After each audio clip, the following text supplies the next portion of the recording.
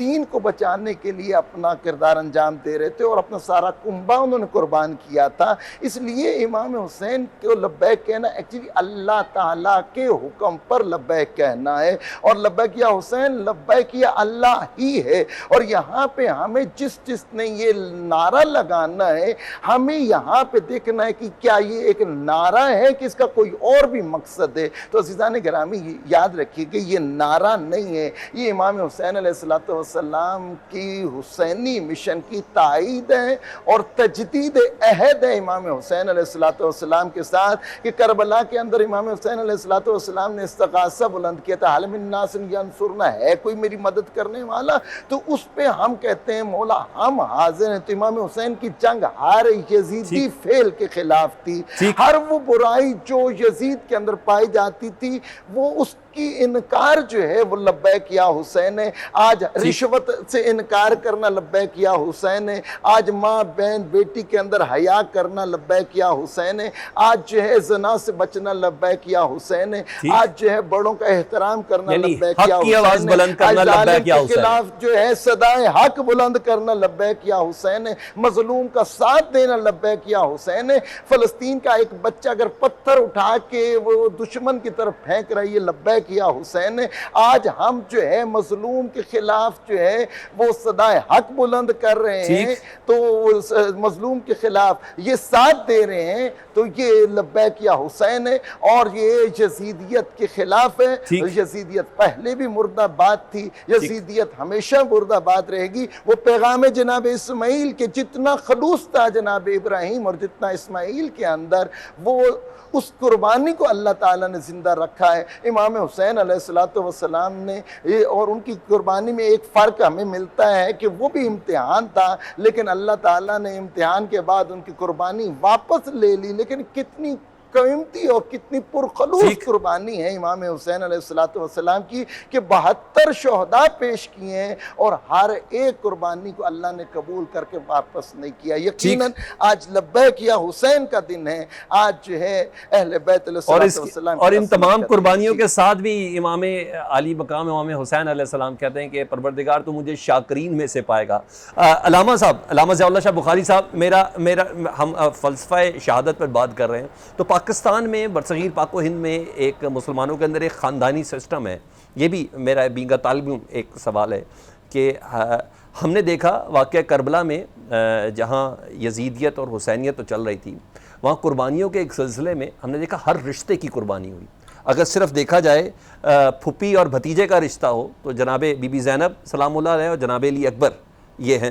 اگر باپ اور بیٹے ہوں تو جناب علی اکبر اور جناب علی اصغر کی قربانی ہے. اگر دیکھا جائے بھائی تو ابو الفضل عباس جیسی قربانی ہے. اگر دیکھا جائے ماموں اور بھانجے کا رشتہ تو جناب اس میں بھی ہم نے اون و محمد کو دیکھا اور امام حسین کے ساتھ ان کو دیکھا, اور انہوں نے کہا کہ ماموں پہلے ہمیں قربانی کے لیے بھیج دیں, اور ہمارے والد نے تو باقاعدہ آپ کا صدقہ کر کے بھیجا گیا کہ ماموں کے راہ میں اس طرح تم نے اپنی جان قربان کرنی ہے ماموں سے پہلے. اس طرح چچا بھتیجے, یا ہم نے تمام رشتے دیکھا, ایون پیغمبر اور نواسے رسول, ہر رشتے کی قربانی ہے. ہمیں خاندانیت کو یعنی خاندان کے اسلوب کو آگے بڑھانے کے لیے ہمیں کیا سبق ملتا ہے کہ یہ جو ہمارے ہاں جو نفاق پیدا ہو گیا, جو چیزیں ہو گئی, اگر ہم واقعی اہل بیت کے گھرانے کو ماننے والے ہیں, پیغمبر کے اسوہ حسنہ کو ماننے والے ہیں, تو ہمیں کیسے سبق لینا چاہیے؟ سلمان حیدر بھائی اللہ کو سلامت رکھے. بلا شبہ اسلامی تعلیمات کی جو بہت بڑی خیر و برکت آج بھی مسلمان معاشروں میں ہمیں حاصل ہے وہ خاندانی سسٹم کی بقا ہے. خاندانی سسٹم الحمدللہ آج بھی مسلمان معاشروں میں موجود ہے. کیسے کمزور ہیں, عمل میں کمزور ہے, بعض اوقات اخلاقی معاملات میں ہم سے کمزوری ہو جاتی ہے, دیگر جو زندگی کے امور ہیں ان کے اندر ہم سے کوتاہی ہو جاتی ہے. لیکن ان ساری کوتاہیوں کے باوجود آج تک الحمدللہ اسلامی نظام کی یہ خیر و برکت موجود ہے. نبی پاک صلی اللہ علیہ وسلم کے لائے ہوئے دین کی خیر و برکت ہے کہ وہ آج تک رشتوں کا تقدس, حرمت اور سسٹم جو ہے خاندانی وہ باقی ہے, اور اس کی بڑی خیر و برکت ہے. اور میں یہ سمجھتا ہوں کہ کربلا سے جو ہمیں اصول زندگی ہمیں حاصل ہوئے ہیں, جو دینی بصیرتیں ہمیں وہاں سے میسر ہوئی ہیں, اور جو ہمیں وہاں سے اسباق ملے ہیں اپنی زندگی کو بہتر بنانے کے لیے, دو جہان اپنے سنوارنے کے لیے, اس میں بلا شبہ آپ نے بہت ہی خوبصورت پہلو کو اجاگر کیا ہے کہ وہاں آپ دیکھیں کہ خاندانی سسٹم کی جو خیر و برکت ہمیں وہاں پہ نظر آئی کہ انتہائی اس پریشان کن لمحات میں بھی، انتہائی مصیبت کی ان گھڑیوں کے اندر بھی، کہ وہ خاندانی رشتوں نے ایک دوسرے کے لیے کیسے ایثار کا، محبت کا، احترام کا اور ایک دوسرے کے ساتھ بڑھ چڑھ کر ہمدردی جو اظہار کیا ہے، وہ یقیناً جو بھی آپ نے رشتے گنوایا کہ سیدنا امام حسین علی مقام علیہ السلام، ان کے ساتھ آپ کی ہمشیرہ محترمہ موجود ہیں، آپ کی زوجہ محترمہ موجود ہیں، آپ کی بیٹی وہاں موجود ہے، آپ کے بیٹے، آپ کے بھانجے، آپ کے بھتیجے، آپ کے برادران، ان سب نے جس انداز سے آپ کے ساتھ بالہانہ لگاؤ کا، محبت کا، اور ہر ایک نے اپنی جان سب سے پہلے پیش کرنے کا جو جذبہ پیش کیا ہے، وہ ہماری ایک بہت بڑا آج مشعل راہ ہے۔ بلا شبہ اللہ ٹھیک، تعالیٰ نبی کریم علیہ السلام کے بارے میں فرمایا لَقَدْ كَانَ لَكُمْ فِي رَسُولِ اللَّهِ أُسْوَةٌ حَسَنَةٌ، بہترین زندگی گزارنے کے لیے اگر تم نے بہترین نمونہ دیکھنا ہے زندگی کا تو میرے محمد کریم، میرے حبیب ٹھیک، مکرم صلی اللہ علیہ وسلم کا طرز زندگی دیکھنا۔ اور آپ نے یہ ارشاد فرمایا غدیر خم کے موقع پر، آپ نے حجۃ الوداع سے واپسی کے موقع پر جب 1,00,000 سے زیادہ صحابہ آپ کے ساتھ تھے رضوان اللہ علیہم اجمعین، اور سب کے سامنے جو آپ نے ایک تاریخی خطبہ ارشاد فرمایا، ٹھیک اور ہے، صحیح مسلم کے اندر وہ مروی ہے، آپ نے وہاں بھی ارشاد فرمایا تھا نہ تارکن فیکم ثقلین، ٹھیک، میں تم میں وہ بڑے سرچشمے چھوڑ کے جا رہا ہوں، اولہما کتاب اللہ فی الہدی والنور، ایک اللہ کی کتاب ہے جس میں ہدایت اور نور ہے۔ بے شک بے شک بے شک، اور ہم نے یہ اب ہم نے ہے کہ ہم نے اس ہدایتوں سے ہم نے استفادہ کس طریقے سے حاصل کرنا ہے۔ میں علامہ عین الحق بغدادی صاحب آپ سے یہ سوال کروں گا کہ ہم نے دیکھا کربلا کے میدان میں جناب علی اصغر 6 ماہ کے تھے، جناب علی اکبر جیسے جوان، پھر ابو الفضل العباس صاحب جیسے کیا کریں جری سپہ سالار، یہ تمام موجود تھے۔ یہ ہمیں کیا سبق سکھاتا ہے؟ اور دوسرا آج کے تناظر میں اگر دیکھیں تو آج ہم دیکھ رہے ہیں کہ ہمارے معاشرے میں بھی ظلم و حق کی پہچان بہت زیادہ مشکل ہو گئی ہے۔ کیا ایسا ہی ہے؟ اس وقت بھی ایسا تھا اور اس وقت بھی ایسا ہی ہے؟ جی، پہلی تو بنیادی جو بات ہے آج کے ہمارے پروگرام کا مقصد بھی یہی ہے کہ ہم نے جو واقعہ کربلا اور یہ عظیم جو شہادت تھی امام علی مقام علیہ السلام کی، اس سے اسباق حاصل کرنے ہیں اور ان کو اپنے اوپر بھی امپلیمنٹ کرنا ہے۔ کس حد تک؟ اب ظاہری بات ہے ہر کوئی اس درجے کو تو فائز نہیں ہو سکتا، اور نہ کسی کے اندر ایسی جرت ہے، تو ظاہری بات ہے کہ اس کو کسی لیول پر جو اللہ رب العزت لا یکلف اللہ نفسا الا وسعہا، اللہ نے یہ اصول دیا ہے کہ جتنی آپ کے اندر صلاحیت ہے اس صلاحیت کے مطابق آپ بھی اپنی کوشش کریں۔ اب امام علی مقام نے اگر دین اسلام کی حفاظت کے لیے وہاں پر کوشش کی، آپ نکلے، نہ صرف کوشش کی بلکہ آپ نے اس کو عملی جامہ پہنایا اور پورے خاندان کی، خانوادے کی قربانی پیش کی، تو یہاں ہمارا بھی یہ فرض بنتا ہے کہ اس دین اسلام کی ان بنیادی اقدار کو جن کی حفاظت کے لیے جب پامال کی جا رہی تھی تو آپ ان کو برداشت نہ کر سکے، اور ان کی حفاظت کے لیے اس حکومت کے خلاف اور یزید ملعون کے خلاف نکل کھڑے ہوئے۔ ٹھیک، تو آج ہمارا بھی یہ کام بنتا ہے کہ کم از کم قرآن پاک کی ان تعلیمات کو ہم ٹھیک، اپنی زندگیوں کے اندر لاگو تو کریں۔ ٹھیک، دوسری بات